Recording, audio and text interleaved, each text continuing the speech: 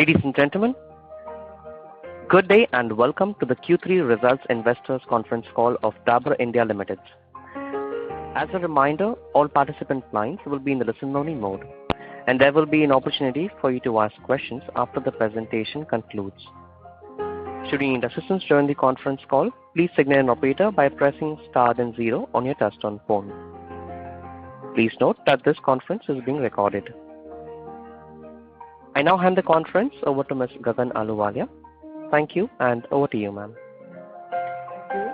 Good morning, ladies and gentlemen. On behalf of the management of Dabur India Limited, I welcome you to the earnings call for the quarter and 9 months ended 31st December 2021. Present here with me are Mr. Mohit Malhotra, Chief Executive Officer, Mr. Ankush Jain, CFO, Mr. Adarsh Sharma, Executive Director Sales, and Mr. Ashok Jain, EVP Finance and Company Secretary. We will begin with an overview by Mr. Mohit Malhotra, followed by a Q&A session. I now hand over to Mohit. Thank you, Gagan Madam. Thank you all, and good morning, ladies and gentlemen. Thank you for joining us today.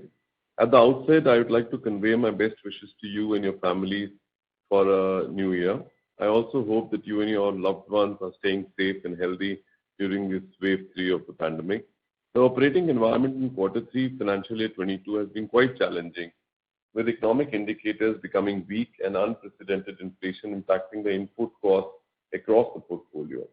In such an environment, strong execution by the Dabur team has resulted in the highest ever consolidated revenue from operations of rupees 2,942 crores with a growth of 7.8% with last year. This is on a high base of 16% last year and brings us to the CAGR of around 11.8%. Consolidated profit, operating profit increased by 9.3% despite unprecedented inflation across categories. Profit before tax saw a growth of 10% ahead of the top line. Our profit after tax crossed rupees 500 crores for the second time in a row, reaching rupees 503 crores during the quarter. Our strategy of focusing on market share gains continues to yield great results for the business. As a result, 100% of the portfolio saw market share gains during the quarter. In terms of the categories, food and beverage business posted a stellar growth of 38%. The juices and nectars market continued to witness a good recovery, and we have outperformed the industry, leading to a market share gain of 540 basis points during the quarter. This is further bolstered by recent launches of Real Coolers, Real Fizzin, Real Frappe, which have helped expand the total addressable market of our beverage portfolio. The food business under the Homemade brand also performed very well with a growth of 26.4% driven by portfolio expansion and innovation. It is well poised to cross 100 crores for the year. Our home and personal care portfolio performed very well with 8.4% growth on a high base of 16%. Driven by good momentum across all sub-segments of HPC. The toothpaste portfolio posted industry-leading growth of 8.1% in the quarter, despite a high base leading to a 2-year CAGR of 18%. For the 7th quarter in a row, Red Toothpaste, our flagship brand, posted a double-digit growth, riding on its strong Ayurvedic heritage and consumer pull. Our market share in toothpaste segment increased by 50 basis points and is on track to becoming the number 2 company in this category. Hair oils reported a growth of 6.1%, leading to a 2-year CAGR of 8.8%. Our market shares in the overall hair oil category improved by 90 basis points.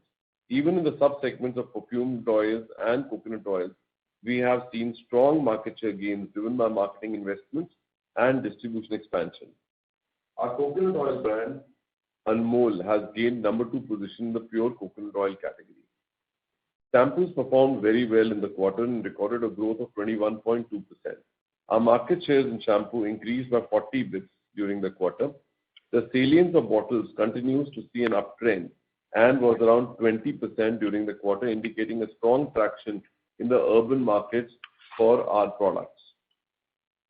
Recently, new product Vatika Ayurvedic shampoo continues to exhibit a strong trajectory on back of good consumer acceptance. Home care reported a strong growth of 19%, driven by double-digit growth across Odonil and Odomos franchises. Odonil reported an increase in market share of 50 basis points and Odon Most increased market share by 40 basis points. Skincare portfolio witnessed a robust growth of 20% with good traction in all the three brands, Fem, Oxy and Gulabari. We have entered the face wash category recently and the face washes are showing good early signs. Healthcare portfolio reported a marginal decline on a very high base of 28% last year. Despite that, a 2-year CAGR remains in strong double digit for the business. Health supplements including Chyawanprash and honey post double-digit 2-year CAGR and brands continue to be salient in the consumer's mind. This was reflected in strong uptick in market shares, which in Chyawanprash category went up by 200 basis points and in honey category went up by 180 basis points. We continue to be undisputed market leader in the honey market with strong presence in all channels, e-commerce, modern trade and general trade. The digestive portfolio registered a 12.2% growth on back of improvement in mobility and out-of-home consumption seen during the quarter. While COVID contextual OTC products saw some moderation, Honitus and Shilajit saw strong growth. Our ethical portfolio posted 8.3% growth. Among channels, we witnessed continued recovery in modern trade in Q3 with growth in mid-teens. Institutional business also exhibited a good turnaround. E-commerce business was slightly impacted on account of changes in the business model of the platform, but continues to contribute around 6 to 7% of our business. Our rural growth was ahead of the urban growth by around 500 bps, mainly on account of expansion of our reach and infrastructure in rural. International business recorded a constant currency growth of 8.7%. Egypt market grew by 13% and Namaste business posted a growth close to 20%. Turkey business was impacted by currency depreciation but saw mid-teen growth of 14% in constant currency. Nepal business performed well with a growth of 17.3%. Overall, our business continues to be on a good trajectory with increase in market shares across 100% of the portfolio. Category volume declines as shown by the syndicated data and inflation continue to be a cause of concern. But our focus on brand building, distribution expansion, innovation, efficiency enhancement, organization capability enhancement, and ESG focus should hold us in good stead in the future. With this, I bring my address to a close and open to Q&A. Thank you very much. Thank you very much. We will now begin the question and answer session. Anyone who wishes to ask a question may press star and 1 on their touchtone telephone. If you wish to remove yourself from the question queue, you may press star and 2. Participants are requested to use handsets while asking a question. Ladies and gentlemen, we will wait for a moment while the question queue assembles.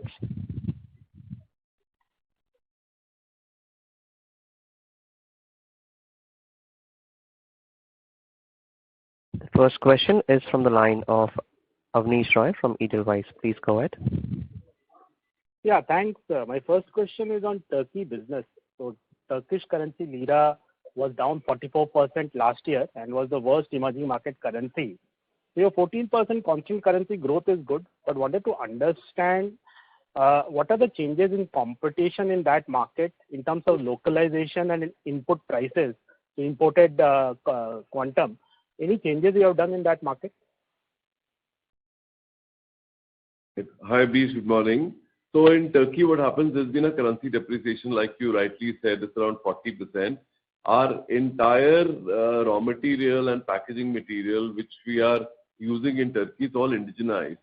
So there's hardly any element which is being imported from outside that will get impacted. That said, whatever base raw materials like SLES, etc., that is coming into Turkey because Turkey doesn't produce on its own.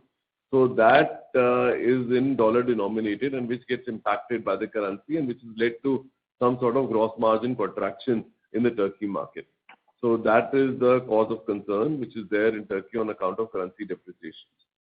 So, but what we have done in Turkey is we are trying to put focus on our export sales from Turkey to outside, to the US and to the other markets like MENA and the CIS markets. So export as a percentage of Turkey business has gone up, which is all dollar denominated, so which kind of compensates for the currency translation losses and the losses that we have on account of depreciation. Sure. My second question is on your pure herbs, a lot of new launches which you have done in Q3 and earlier also. So, like immunity products, are these also indexed to the COVID waves? That's one. Second is, how do you plan to scale this up? Are you engaging with vets?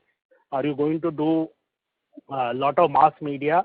Specifically, haldi, amla, tulsi, and giloy, for example, will be very indexed to the COVID waves and will fall off when there is much lesser cases. So, how do you balance between the portfolio? Some products will be more structural, but some will be very linked to the COVID.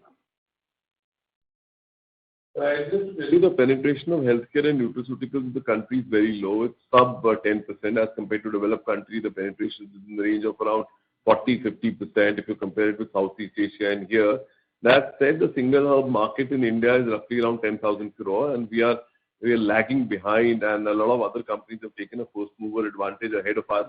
So we have a lot of catching up to do here. So we've introduced the single herb range last year, and we've got almost around 5 to 6 products in that range. We're continuously improving or introducing our range, but we are doing it in a staggered manner, one by one. So like in the current quarter, you saw introduction of 2 new single herbs coming in, which is Shatavari for women's health and Arjuna for healthcare is what we introduced. But Himalaya and Patanjali are way ahead in the race in terms of the single herbs, and we are catching up. And Dabur has the credibility and the heritage and the trust of the consumers, which will be taken into consideration. We'll be launching products at a very fast pace. The category size, as I told you, is around 10,000 crore. So, and we are hardly having a turnover of around 3 to 4 crores in this category by this new introduction. So the headroom and the space for us to grow is absolutely huge. And this is just not single herbs. Single herbs can be pivoted on ingredients or on benefits or also on nutraceuticals. So we are continuously working on the journey to work on innovations. Are they COVID contextual? Answer is yes in the short term. But structurally, the market sizes are very big and the penetrations are lower in the country. So there's a long-term headspace for us to grow this business as healthcare for us. As far as Amla, Giloy, Tulsi products that you talked about was concerned, yes, during COVID there was a huge tailwind and we had a huge growth. If you look at in the current quarter, because of the tailwind not being there, we have seen a little bit of compression in the turnover of these brands, which is drops and also juices, which had gone up by around 100 or 200% last year. So there has been some compression, but that has been more than compensated for the other parts of the portfolio. Sure. I had one question on the real health chia seeds and pumpkin seeds. So how big is the market? Will your focus will be essentially on the e-commerce, and your earlier e-commerce kind of products like ghee and premium, say, mustard oil, etc. How have they done? Right. So first of all, what we've done in the Real brand is the Real brand earlier was limited to only beverages of niche. So now we have created 3 sub-brands under Real. One is called a Fruit Power, which is going to talk about fruit-linked beverages and anything to do with fruit. The second is called the Milk Power, in which we launched the Frappe brand, and that's the Milk Power, which is value-added dairies where we'll get in. And the third vertical for us is going to be Real Health. And these are the superfoods that we'll be introducing under the Real Health brand. And therefore, chia seeds and pumpkin seeds are the superfood seeds that we'll be introducing here. They're basically salty snacks that we are introducing and got into this category. It's very big in size. So long term we see, and we want to grow the Real brand from a power brand to a power platform and get into foods category also and extend the franchise of Real into foods. As far as the other parts that we introduced, coming to the second part of your question, is the e-commerce driven innovation. So digital native innovations are rampant. So if you look at the overall NPD ratio in the company is around 3.6% in the current quarter, but in e-commerce space it is in the range of around 10%. So we are very well geared or poised to exit at a rate of around 100 odd crores for NPD only in the e-commerce or the digital space. So we will end up at around 60-70 crores broadly, but next full year I think we should be crossing around 100 crore level on the NPD or the digital native brands for e-commerce space. And on ghee and mustard oil, it's doing exceedingly well. And for the sake of confidentiality, I'll not disclose the numbers yet, but our mustard oil has got very good traction on e-commerce, and we are now selectively rolling it out in modern trade also, and so applies with our ghee also. So we introduced cow ghee, and now we'll be doing extensions into other value-added ghees like A2 ghee, etc. there. It's a little margin dilutive to our business, but the category size is so big that the scale more than compensates in terms of the absolute gross margins that we get out here. And last quick question. So in beverages, your market share has improved 520 bps. Is this a Nielsen data collection issue in the base quarter? Whom have you gained market share? Is it Pepsi? And you have expanded the TAM here. So which are the new products in beverages where you have the highest confidence? Right. First, I'll answer your second question first before I move to the market share.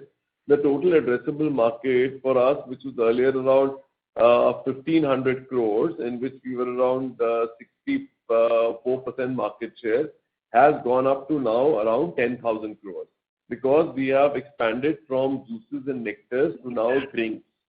So that is what is taking the total addressable market to 10,000 crores, in which our market share shrinks to around 10% level.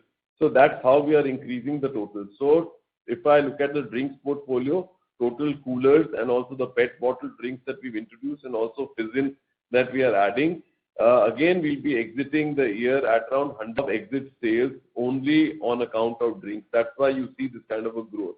And this growth is not a hump. I think this growth will continue because the TAM has actually gone up to around 6-7 times or even more, 10 times, the way we think. In terms of market shares, Real has been taking market shares from its peers, which is ITC, which is Trop, Be Natural, and a lot of other localized companies also. And the market share gains come on account of our increasing market shares in modern trade. In modern trade, if you look at the overall market shares in juices and nectar segment, it's in the range of around 63.6%. But I think in modern trade, our market shares were very low, almost in the range of around 30 to 40%. We were lagging behind in south of India, so we've gained substantially in south of India and also in west of India, where modern trade is very high. And we've chipped away share from our competitors like Be Natural, who are very strong in modern trade. So our strategy very consistently is to gain shares in modern trade, which is lagging behind to GT. We are very strong in northern geographies. Now, gradually, slowly, we are building the business in west, south, and also the eastern geographies also. And the penetration of juices being higher in south. And also in south, we are very low in 200 ml packs. So we've, with the introduction of 10 rupee price point, we are gaining shares in the 200 ml and the 10 rupee price point segment also with the introduction of the coolest brand. As far as Nielsen is concerned, I don't think there's any problem in the Nielsen data. We are subscribing to the Nielsen data, and we are seeing these market share gains in line with our gains in primary and secondary. It falls in place. The category, as far as Nielsen is concerned, last year declined by around 5-6%. On back of 5-6% decline of the category is going on 19%. Compared to the 19% category growth, we've seen our growth in the range of around 38 to 40% in juices, and therefore gaining share from ITC, Pepsi, and other smaller players. Sure, that's very helpful. That's all from my side. Thank you. Thank you, Abneesh. Thank you. Next question is from the line of Manoj from ICICI Securities. Please go ahead. Hi, Mohit and team. A very pleasing performance, in the market context. So good one and good luck. So two questions and then maybe a couple of ones if I may after that. So one, Mohit, over the long period of time, when I look at the pricing, it is, let's say this quarter, 7% revenue, 2% volume, so 5% is price and mix.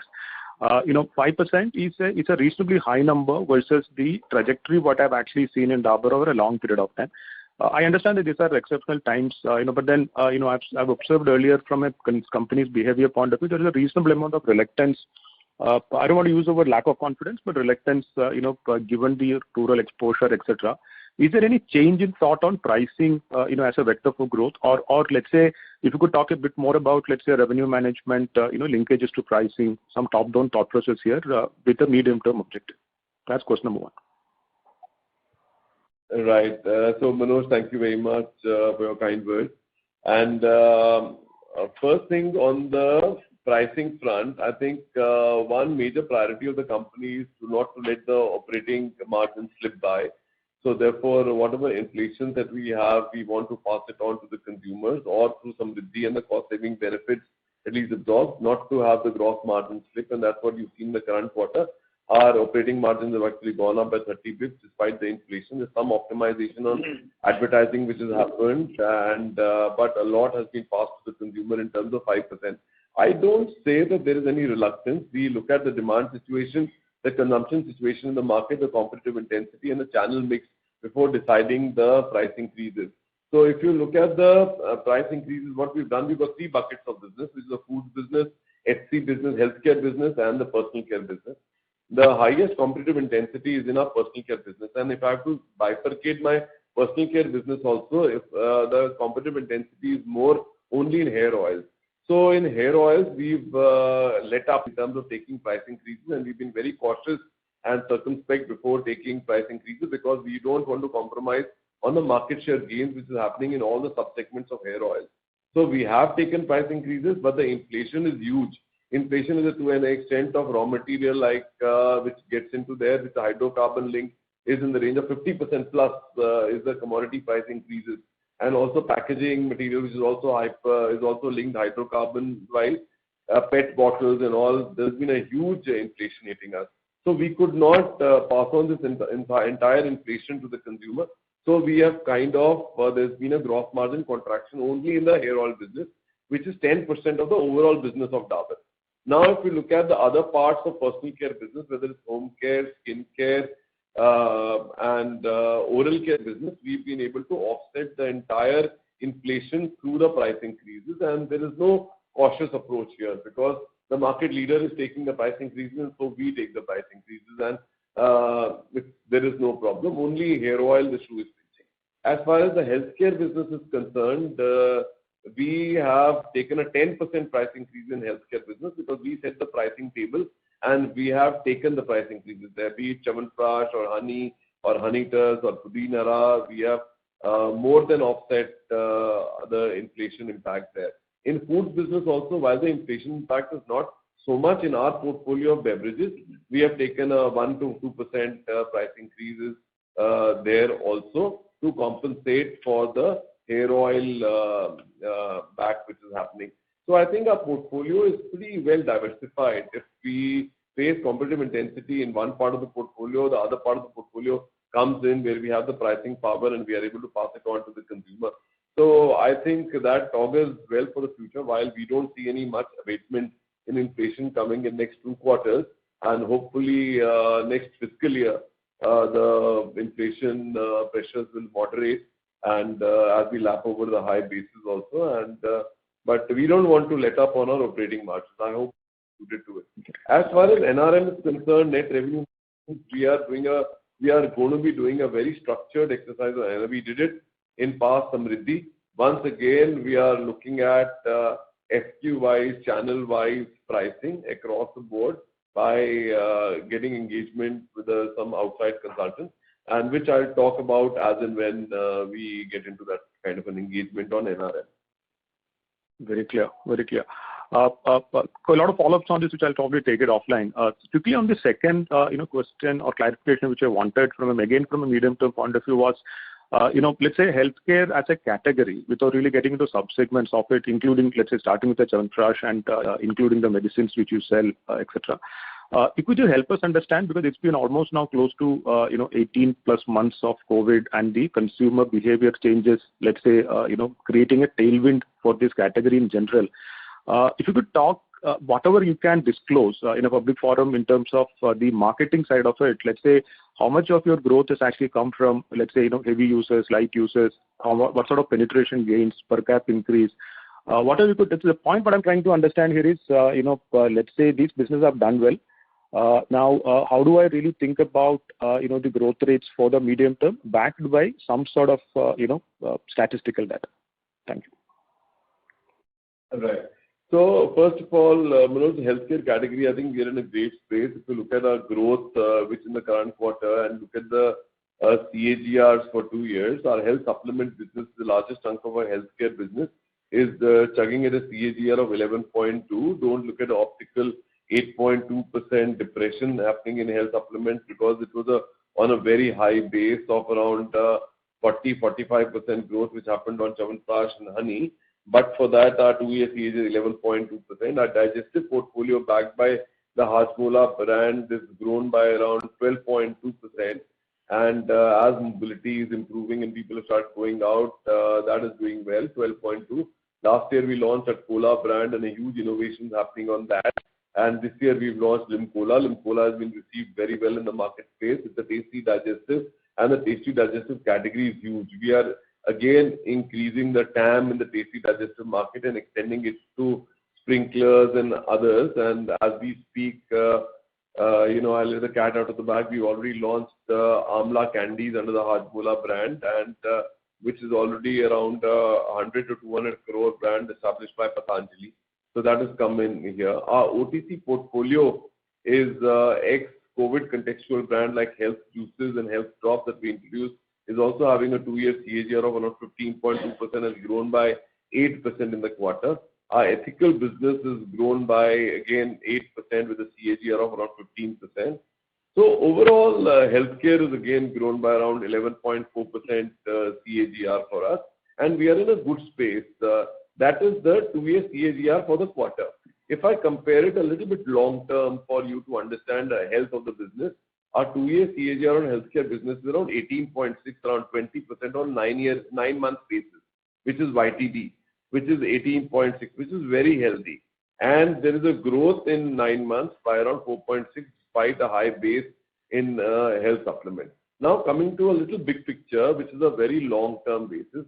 If you look at the total market size of the health supplement business, it again is bigger, and we are expanding the total addressable market here. As I told you, the penetration levels are very low in health supplements. Just to give you some data and the numbers, the penetration of Chyawanprash, which around 2 years back used to be 4%, is now in the range of around 8%, and penetrations have consistently been going up. If I look at honey, also the penetrations had gone up, but because of so many number of players actually coming in the market, the penetration of the market has shrunk a bit, but not to the extent what it was pre-COVID levels. It's gone somewhere in between. So that's why I'm not able to talk about the numbers so much, because of the competitive intensity going high here. But the penetrations have gone down and the number of players have become higher in the honey category. But that said, as a share of voice, but still we are in the range of around, very low double-digit kind of penetration levels in honey. And as the share of voice increases, number of players increase, competitive intensity increase, the size of the pie will only increase. If I have to compare honey penetrations in India and compare to what honey penetration in the US, we are sitting at the 1/10th level of what the honey penetration there. So there's a huge potential, and Dabur is by far the market leader with around 50% market share across all platforms that we serve, despite some claims by competitors that they've won. But we are number one as far as Amazon and all platforms are concerned. And we've gained around 180 basis points market share there. So huge penetration gain possible in this category. And we've extended the honey equity into cough and cold. As you know that we've launched honey cough and cold now. And honey is the adjuvant which is used in medicine. So the potential and the scope and the headroom for growth in categories like honey and Chyawanprash is huge. In Chyawanprash, we've extended Chyawanprash into tablets. So suddenly immunity-led tablet market is very big. So, and Chyawanprash is now getting extended into powders and into granules. We've gone into MFT category. Chyawanprash was operating in a category which was sub around 500 odd crores. Now suddenly you start operating in a category which is greater than 15,000 crores the moment you get into MFT. So therefore that's the way we look at the market size. As far as ethical business is concerned, which is again a big business and the backbone, or we say, our core business, here we have only 25% market share. So we are consistently gaining market share from other players. 75% is all smaller players, which are west and south and regional. So huge potential to grow here. In OTC, we operate in 3 big sub-segments, which is baby care. In baby care, our market share is again sub 25%, and we've launched the baby care range, like you know, and we compete with J&J, who's the market leader here. So again, the potential of growth is huge, and our penetrations are going up. Then the second space is where we operate in men's health, where we have Shilajit, and we are extending products out there. The third space that we guys operate is in cough and cold, where we have Honitus brand, and Honitus is gaining market shares consistently. So OTC also a good space. So I think overall healthcare is low penetrated, and our growth strides continue through innovation and also investment behind brands. And so that's me. I hope I've been able to answer your question. That's super helpful, Mo. That's super helpful, very comprehensive. I've got a few follow-ups because it was so comprehensive, which I'll take it offline. Thanks for that. One last thing, and I'm going to come back in the queue. You have kind of started, let's say, harnessing the e-com opportunity, by bringing some products from international. Is there a case for accelerating this? Because you already have, let's say, the skincare portfolio which you have built, in the international portfolio, for example, right? I mean, so, or the lot of packaging innovation which you've already done, in the international. The products looks truly very different versus what's otherwise, available in India. So there is a product angle, there is a packaging angle there, etc., which you could really use internally, cross pollination, right? If I may. So or is it in the current prioritization, because a lot of these things would actually need a lot of, let's say, gestation investments. So how do we think about this as a vector for growth with a 3-year view? Thank you, sir. Yeah. So I think e-commerce is a big future pillar for growth for us. And like I talked about, cross pollination opportunities definitely exist, and that's a big growth vector for us. So our total NPD contribution on e-commerce is 10% as compared to the overall company, which is around 3.6%. Partly it's coming from international cross-pollination and partly coming from identifying categories which are underserved in India, and where we have a premiumization possibilities on e-commerce where the ticket sizes are larger here. That's why I told you that almost 100 crore exit rate will be our NPD contribution coming in from e-commerce. Today, e-commerce will be around 6%. In next 4 years, we are looking at this business becoming around 15% of our business, and is doing very well, and backed by innovations here and premiumization here, and across different platforms we'll be rolling out, whether it's a grocery platform for foods, or it's a Amazon platform which is amenable to personal care, or it's a pharmacy platform for like 1mg and NetMed. So it offers potential for growth across all the verticals of business, and we are working very closely. So not just international business, we also have a business like NewU, where we are very strong on personal care. That also offers a good opportunity for cross-pollination here. So we are working on the same. But we are a little mindful, Manoj, of the fact that we don't put in products which are ahead of the curve, because India market is still a little under-penetrated or under-evolved as compared to the products which are there in the West. Like we are market leaders in serums, we are market leaders in Mamzer, we are market leaders in new age shampoos, while we have launched Vatika Select range, but the adoption by the consumer, because all these no nasty products, while we put out there and it's acceptable by a few niche consumers, but mass acceptance is still a problem. So we are looking at it. The opportunity exists, and it's the timing of cross-pollinating it. It's all there as part of our portfolio here, and we can anytime cross-pollinate. And the investment requirements on e-com and digital native brands, when it is sold on a public platform like Amazon, etc., is fairly limited as compared to a mass market launch. So that is a definite cradle for new products where we seed NPD, and if successful, then we roll it out in modern trade. So it's a great playbook that we have established and working on the same. Loud and clear. Good luck, team. Thanks, Thank you. Thank you. Thank you. Ladies and gentlemen, in order to ensure that the management is able to address questions from all participants in conference, please limit a question to 2 per participant. If time permits, you may join the queue for any follow-up. The next question is from the line of Avi Mehta from Macquarie. Please go ahead. Hi, sir. Thanks for this, and congratulations on the performance. Just one bit, two questions. First, is there any further price flow-through that is expected or is taken in fourth quarter? Or would movement back to, historical margins in the gross level be more linked to moderation in commodity costs as we use other levers to maintain EBITDA in the near term? Right. So have a couple of levers for offsetting the inflation. Number one, we've taken price increases, second round of price increases in quarter 3 only, and there'll be a flow-through impact which will happen in quarter 4 to exit market shares, price increases. Impact will definitely be there in the quarter 4, and our gross margins in quarter 4 will be better than what we see in the quarter 3 because of the flow-through impact coming in. But that said, the inflation impact is not mitigating. We are seeing continuous inflation despite a base of 4-5% inflation in last year. On top of that, we are again seeing a 4-5% inflation. So the company may have to take more price increases going forward. So one is the price increase, and we are mindful of, again, elasticity of demand playing out here with the price increase. So the second vector will be our Samriddhi savings and cost savings. Third vector will be leverage happening with the scale building on indirect and S&M overhead. So all these factors will play out to try to take up the gross margin levels to the current year average, at least for the next year, so that we don't impinge upon our advertising for maintaining our operating margin. That's the way we are looking at this, Abhi. Okay, clear. And just wanted to get your thoughts on the rural industry kind of demand. What, in your view, is driving this weakness, and any thoughts on when do you expect the pickup to happen?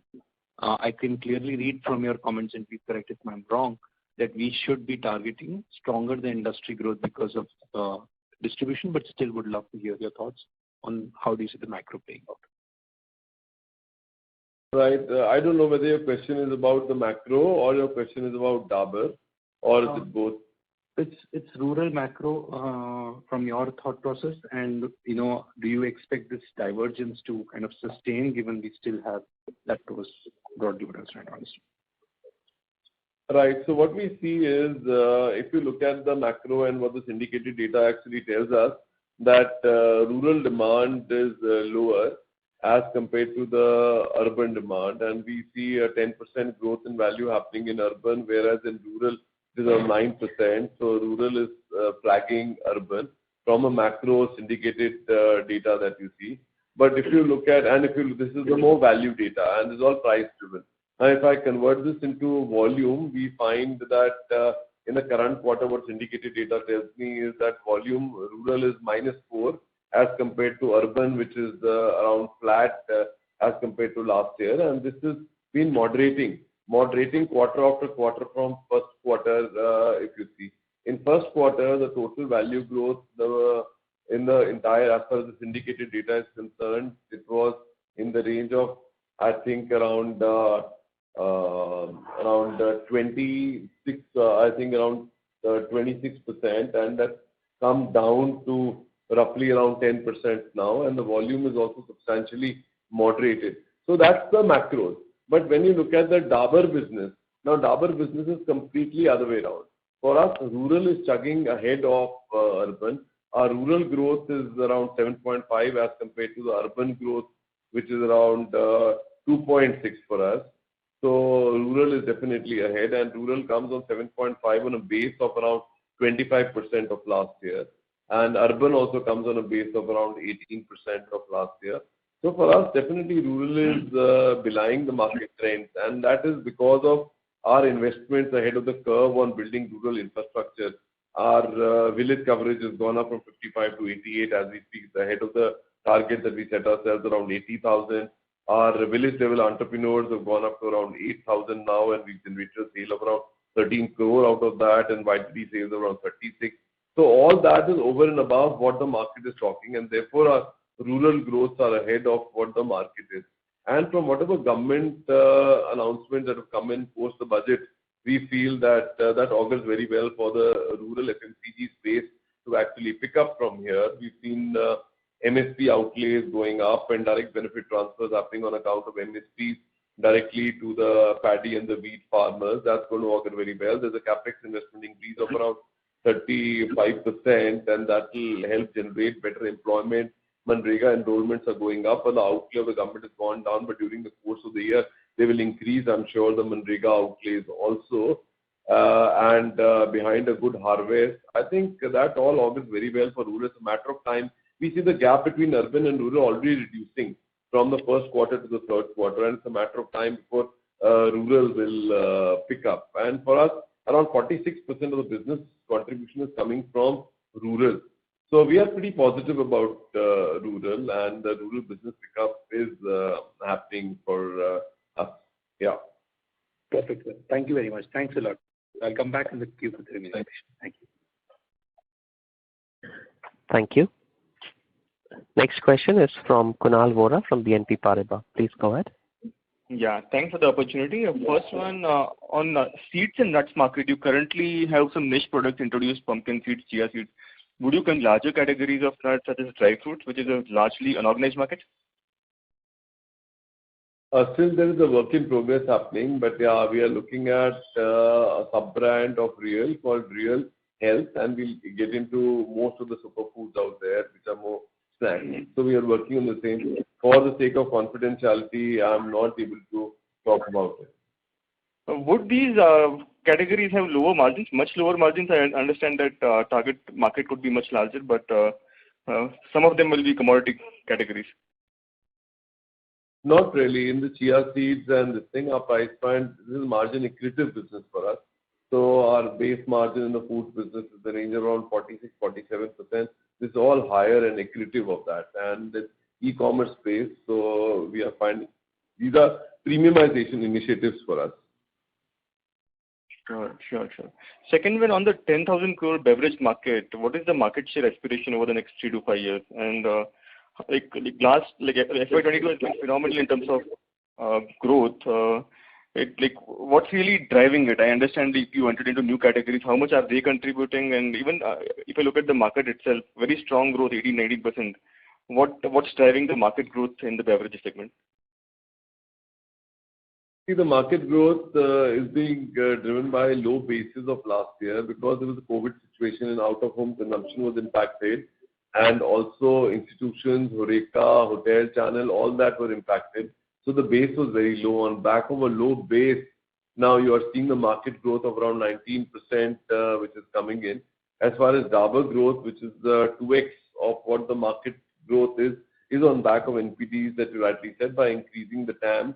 And that's what we have done. And that I told you, exit rate will be around 100 crore, but the market size is huge. We will be around 10% market share in this huge category. And we have aspirations of taking it to around 20% going forward. That's the aspiration, but gradually, slowly we have built. Because the infrastructure requirements and the rural penetration requirements or the urban penetration requirements also different, which is different from juices and nectars where we are present in. So as we inch up our market share, we'll be ramping up our infrastructure, and then we will grow. Today we have a huge headspace in terms of our infrastructure in juices and nectars, which is being used for the drink space also, and we'll be extending it. So we are changing our organization structure also a little bit in the company, and we are creating a different vertical for the foods business to provide us trust on building infrastructure and also building innovation as we speak. Yeah. Understood. Just one last question.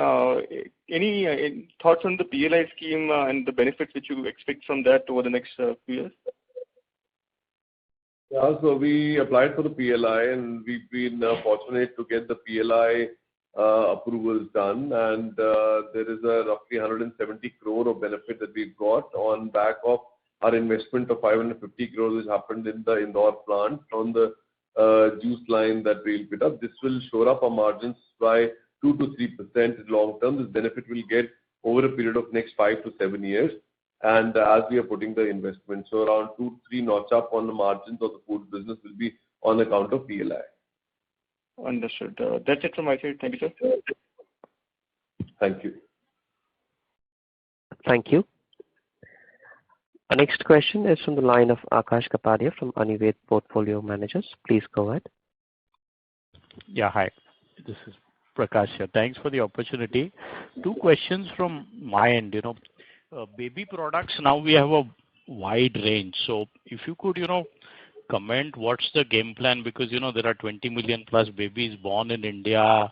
Lal Tail has been doing well as a brand. It has gained traction.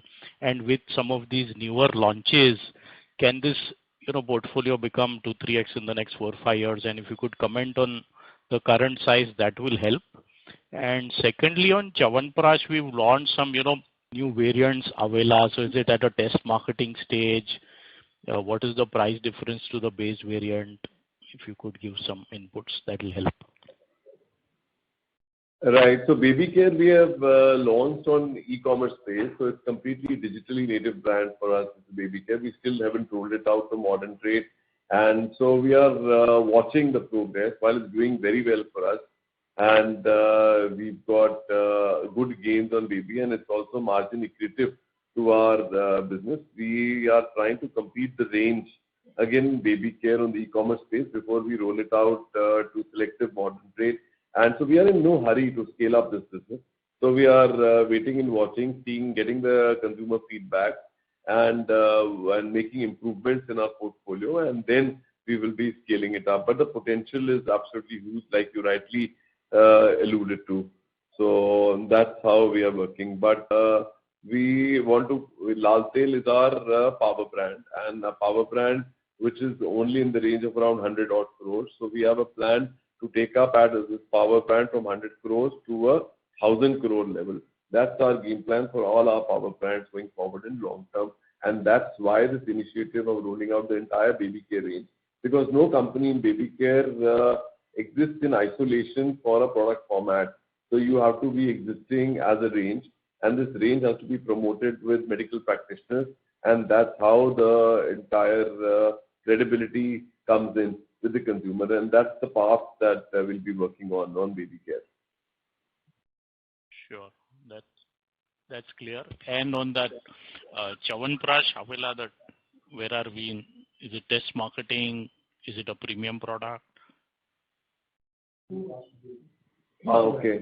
So Chyawanprash we have launched an extension of Chyawanprash. Chyawanprash today is sold under the OTC range for us. And OTC, we reach out to around 2.75 lakh chemist outlets.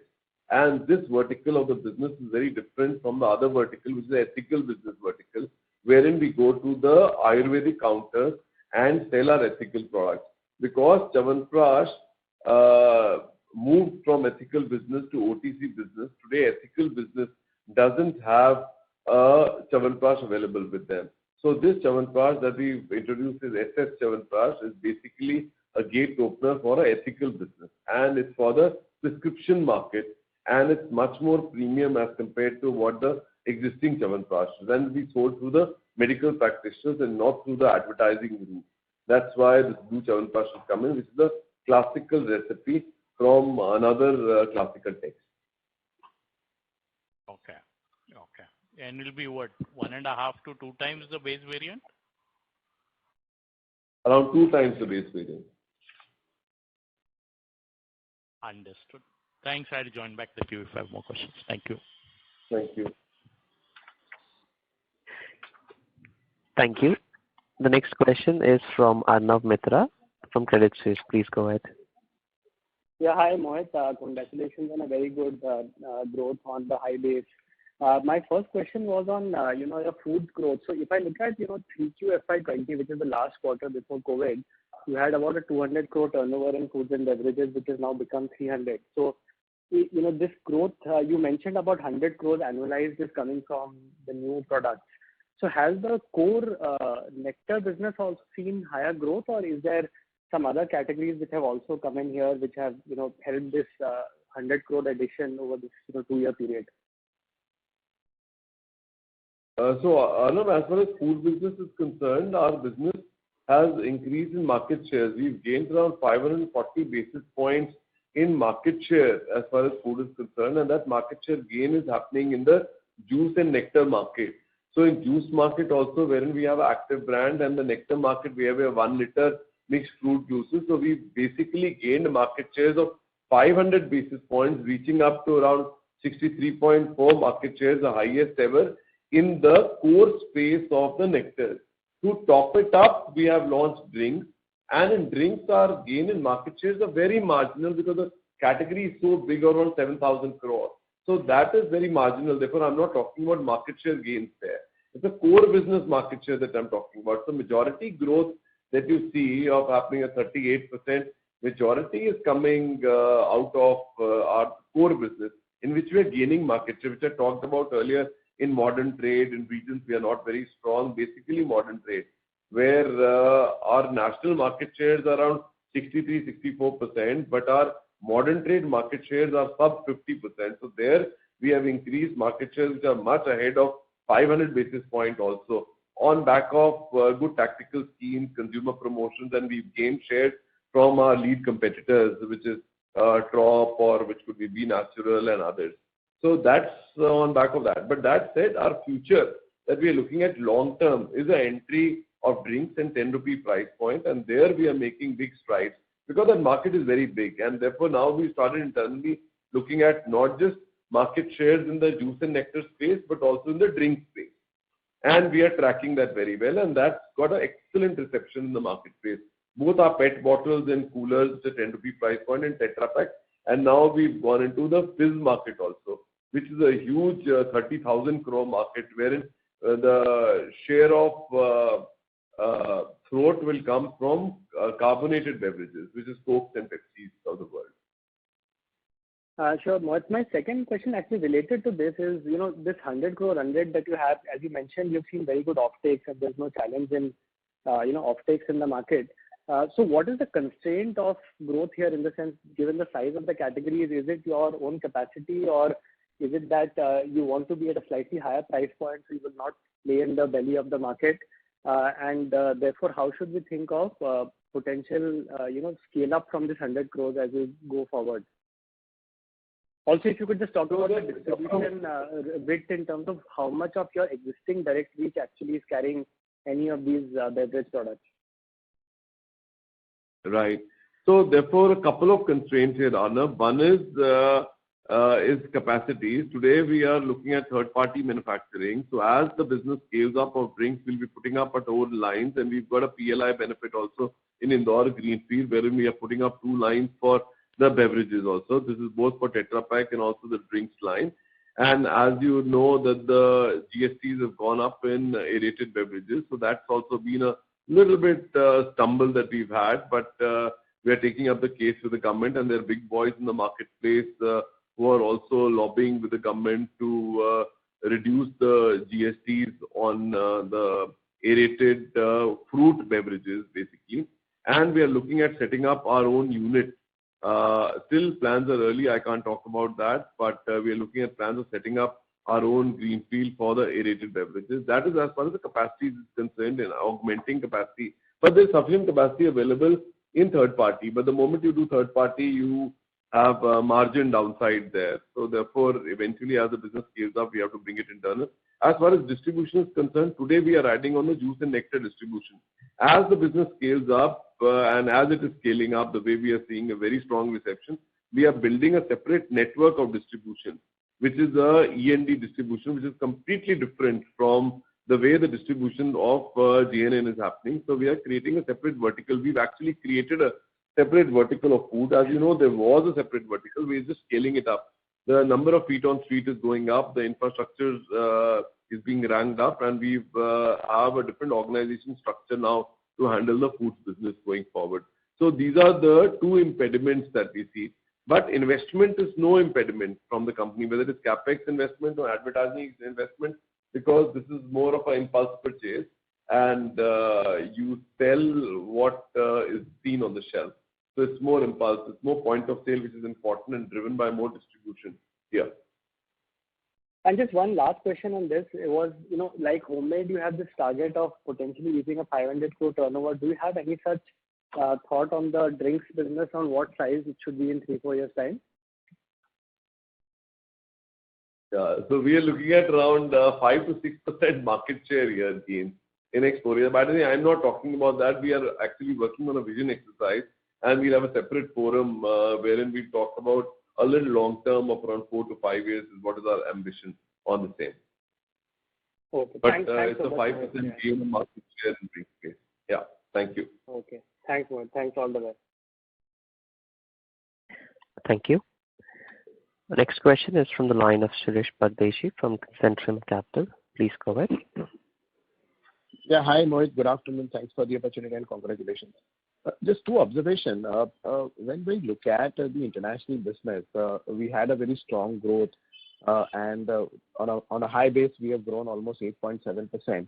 What I was trying to look at, again, when we look at Q4, our base growth was almost 21% ahead in constant currency. So in the current circumstances, how one should look at the growth in the international market? And maybe if you can spare a minute explaining how one should look at the margin, because largely you have addressed these all issues in last 2 to 3 quarters.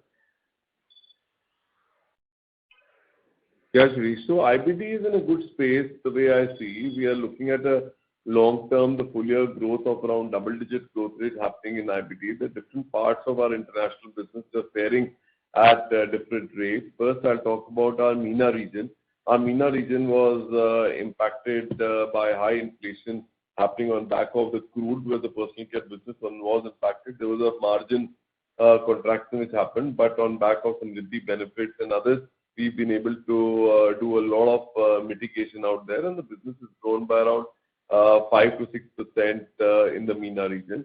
The hard currency regions like North America has done very well. With Namaste business has grown by around 20%. Our Turkey business, I told you, has grown by 14%. Our Nepal business is doing exceedingly well, growing by around 17%. So overall, I think the business is on a good trajectory of growth, and double digit is what we are looking at as a long-term growth coming on back of A, geography expansion, and B, our market share gains in the respective markets. And market shares in all the categories, even in the MENA region, are growing well for us.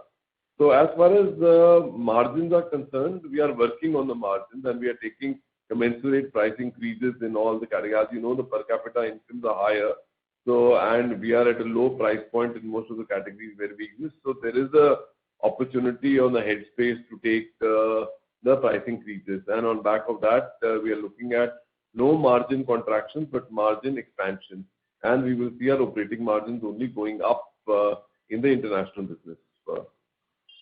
Yeah. Just quick observation. On slide 6, there is no mention of Bangladesh business.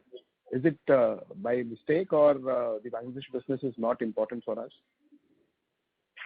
So the Bangladesh business is very important for us. I think there's a huge opportunity in Bangladesh. Bangladesh in the last quarter was impacted by COVID and impacted by some supply constraints which happened in Bangladesh because of containers not being available. So it is a short term. If you look at the CAGR growth of Bangladesh, it is in high single digits. So, but we have some work to do in Bangladesh. That's why you don't see a mention out there. Okay. My second and last question on the oral care, you did a fantastic job, and you mentioned that you gained 50 basis point market share. Especially you're saying that you're targeting to number 2. What is it that's working? And this product extension into the mass natural segment, how big opportunity we can see in next 2 to 3 years? And if you can spell out what is the current exit market share in the month of December for oral care? Yeah, so our market share is in the range of around 16.4%. That's the kind of market share that we have in oral care. And Red Toothpaste is a flagship brand doing exceedingly well and gaining market shares. On Red Toothpaste, we saw a growth of around 11% happening on RTP, whereas the category was growing at around 6% odd. So we've gained market share in the oral care space and much ahead of the lead player. Our herbal toothpaste that we've launched in South market and other markets is also doing exceedingly well for us. And we'll be looking at launching premium variants on e-commerce space also and to ramp this up. But long term, we will look at a double-digit growth happening in oral care through our premiumization initiative and other regional initiatives also. Thank you. You will continue surprising us. I don't know. I hope it's on the positive side of the surprise. Thank you. Our next question is from the line of Percy Panthaki from IIFL. Please go ahead.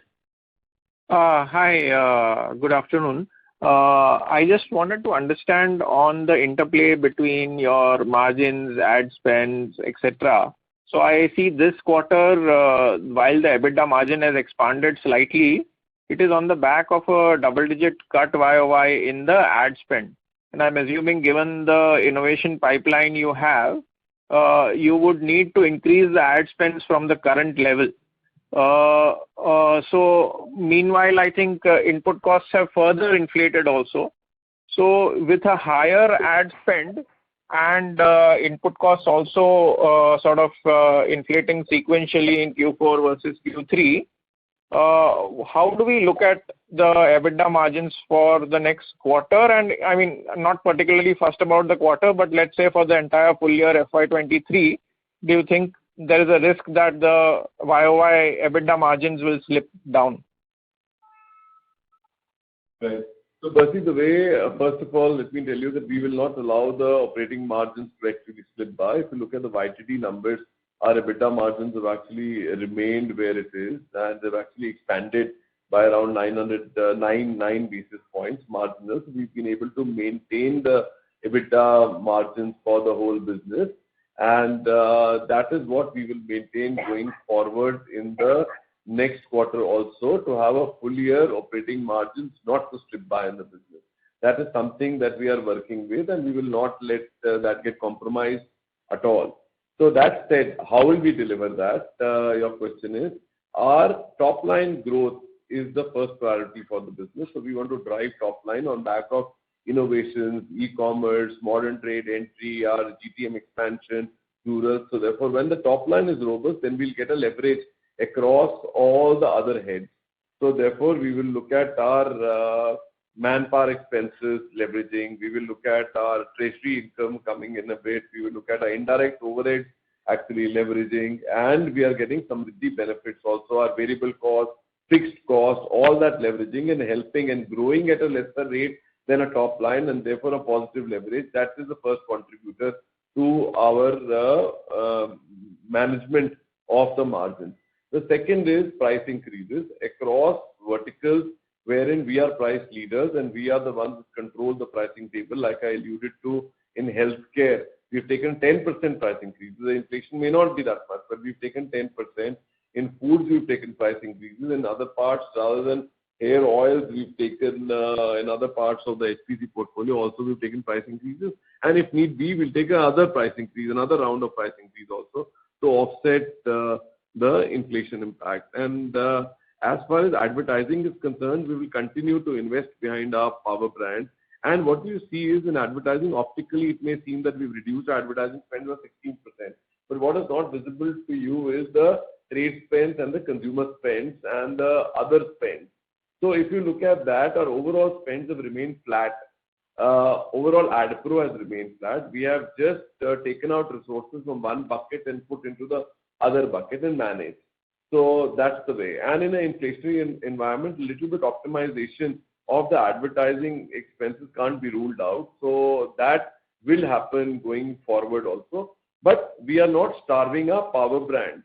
So this power brand architecture is working very well. If you look at our power brands contributors, 60-70% of the business, their advertising expenses are in line with the top line growth. So we've not cut back on advertising expenditure in power brands.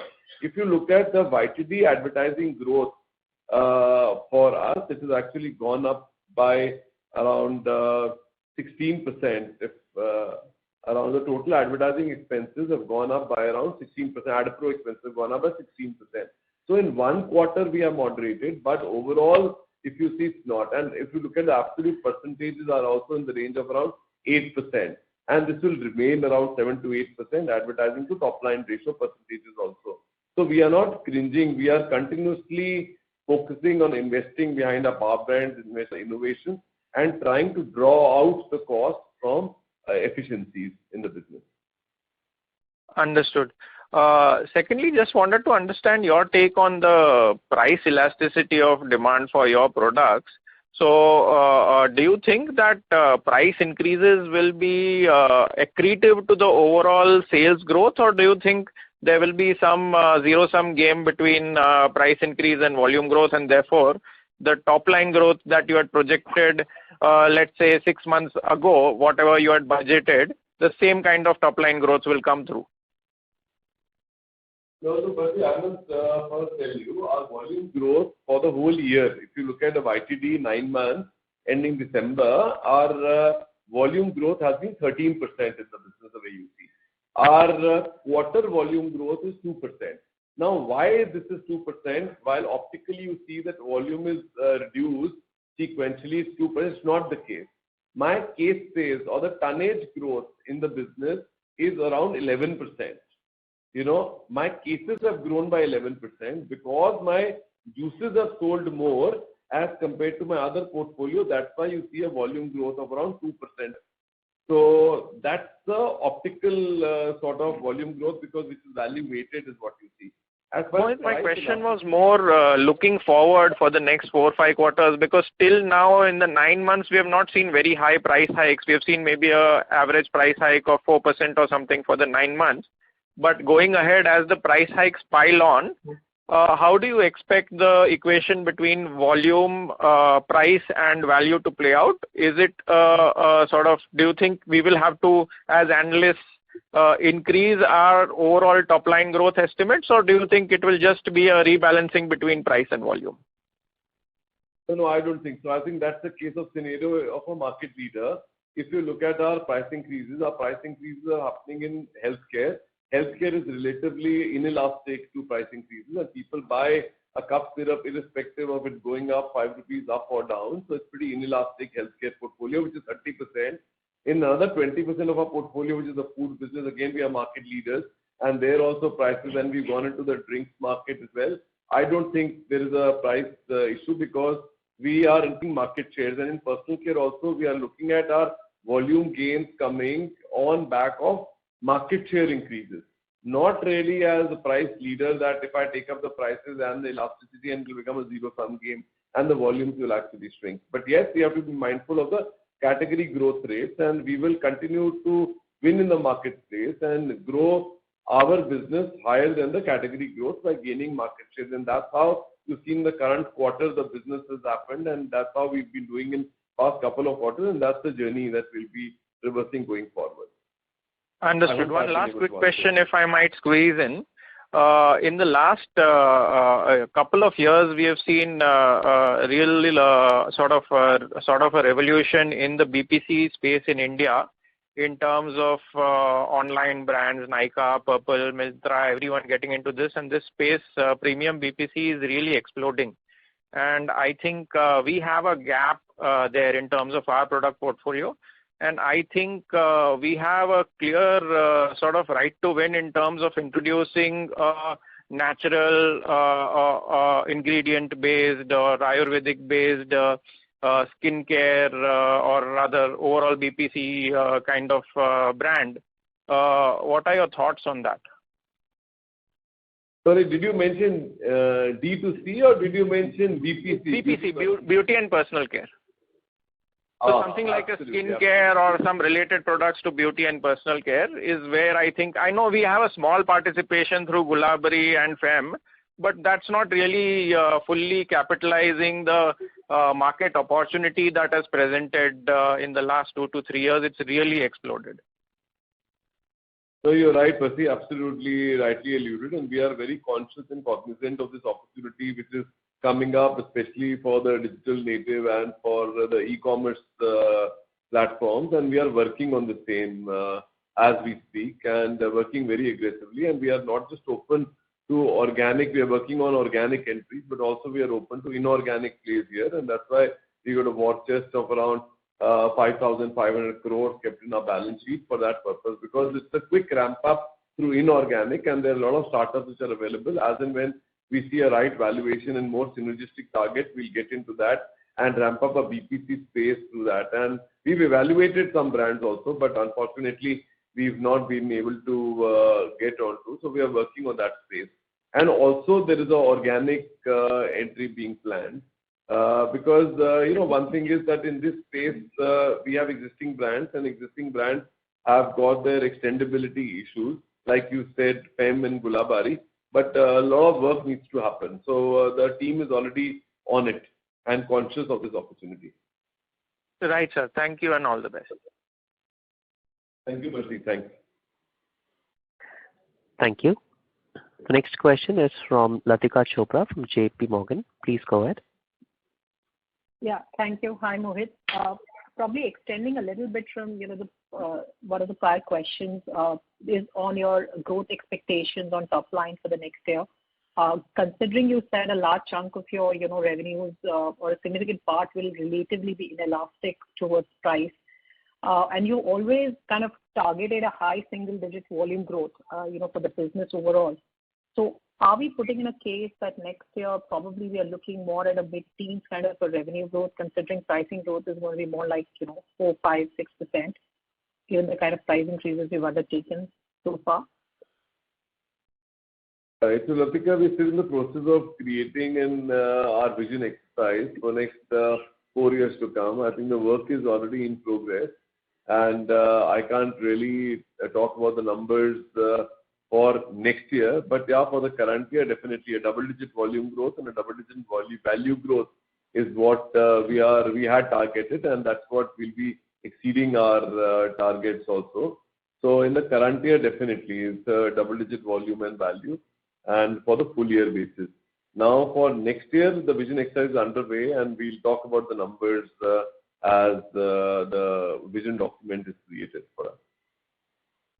Sure. The second bit that I wanted to check was, there's a lot of product portfolio expansion by Dabur over the last 2 years. Is it possible for you to share what is the total SKU size for the company today versus what it was 2 years ago? And I remember, if I'm not wrong, you mentioned that the share of NPDs in channels excluding e-commerce is 3.6%. So could you elaborate how you define this NPD? Is it like products introduced over the last 1 year or 2 years or 3 years? Right.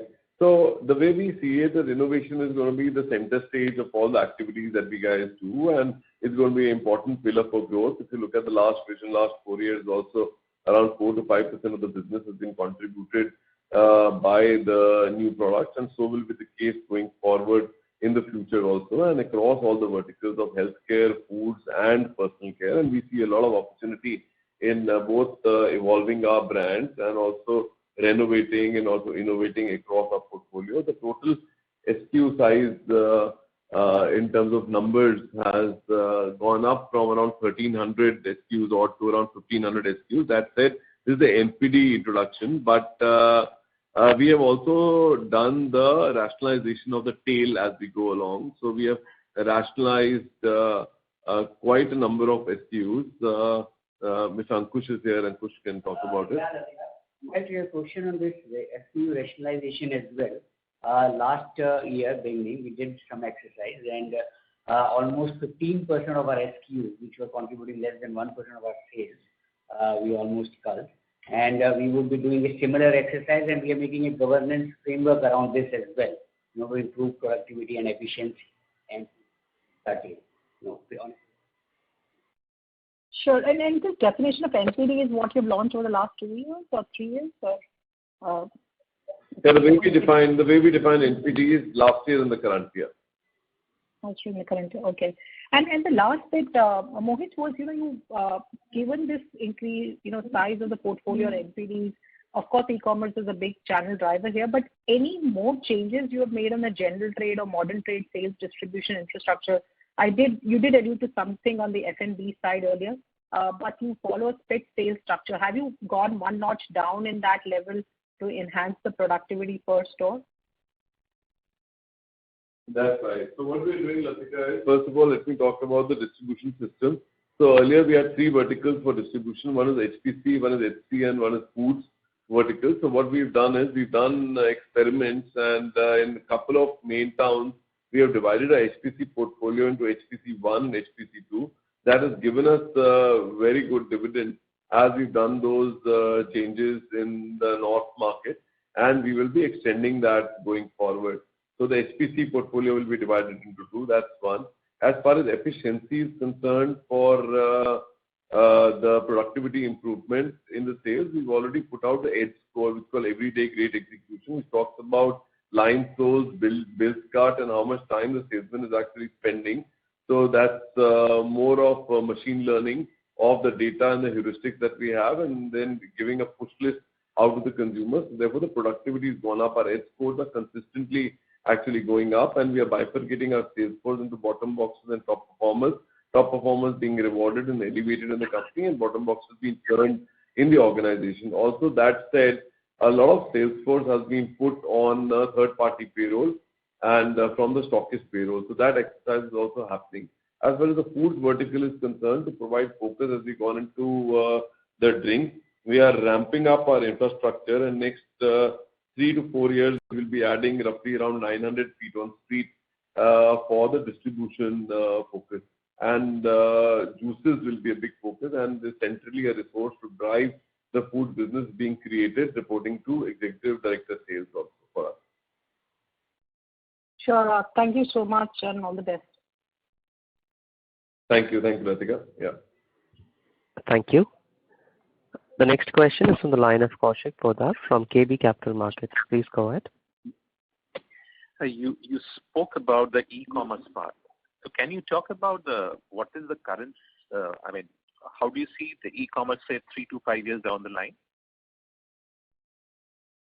So e-commerce today contributes to around 6% of our business. In 4 years' time, we expect e-commerce to go up to around 14% of our business.